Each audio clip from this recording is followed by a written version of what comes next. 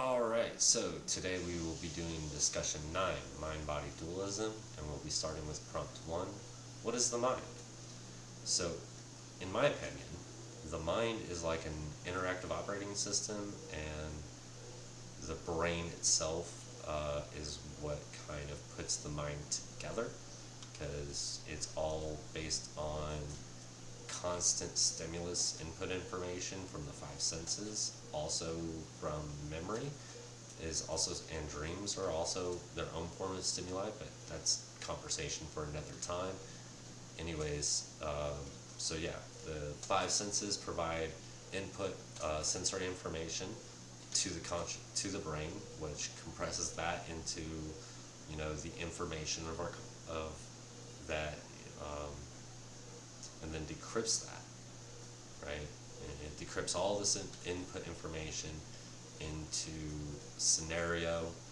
the entirety of a scenario, and then chooses how to interact based on its input, right? So, quick example of this is fire. Oh, no, it hurts a little. Move hand. Just as a quick example, like no damage done. I didn't even really put it over the flame, but my hand feels heat, tells my brain, hey, it's hot here, and then my brain says, and then has a reaction to that. My brain says, hey, move hand away. It does. So there's that. Like, I think that's how the mind, the consciousness works, as far as the way it interacts with the world around us. Going forward with this, when you think about what the mind is, does this seem like a profound mystery or something with a clear answer? I think my answer at least satisfies my needs. It's clear enough for me, but there is definitely more to it, and I think I'm going to get into that with 1B. So I think the ultimate clear answer is out there somewhere. I don't think we have it yet, just to put that out there. I'm going to break B down to whether or not I think the consciousness is a material, right, like the brain, or whether it is immaterial, like a soul.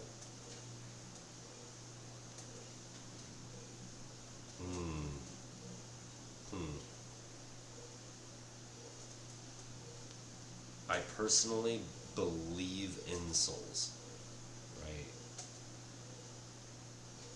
I believe that there can be experiences that are unique to an individual, that are uniquely theirs, that preside outside their bodies.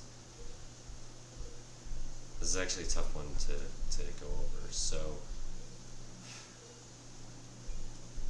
alright, so it is a tough one. This is a tough one.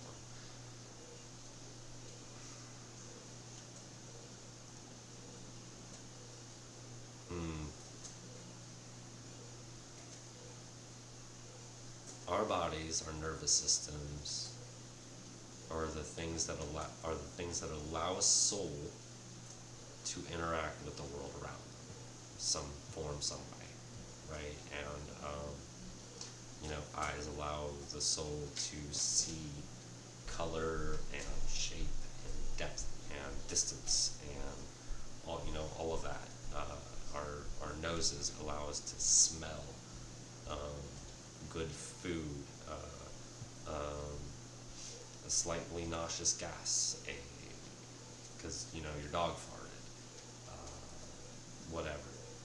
Your hands have the ability to touch things, and bend and feel, and can minutely manipulate just the tiniest of things.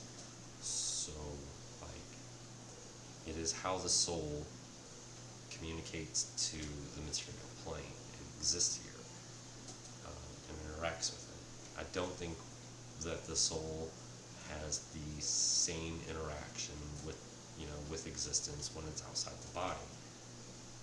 And I think the only time it leaves the body, in my opinion, is after death. I don't know where it goes.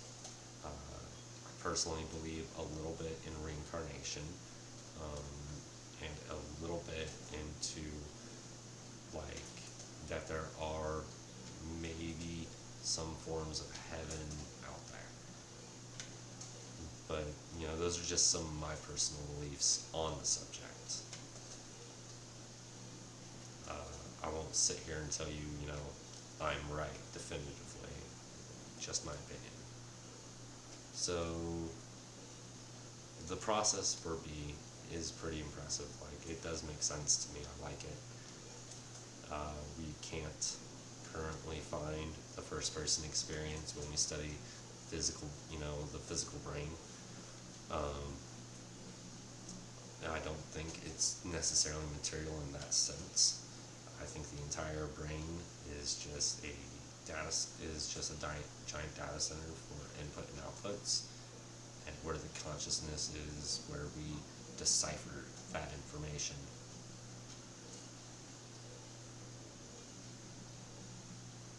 Alright, so that's going to close out for me. This is a little over 6 minutes. Y'all have a good Sunday.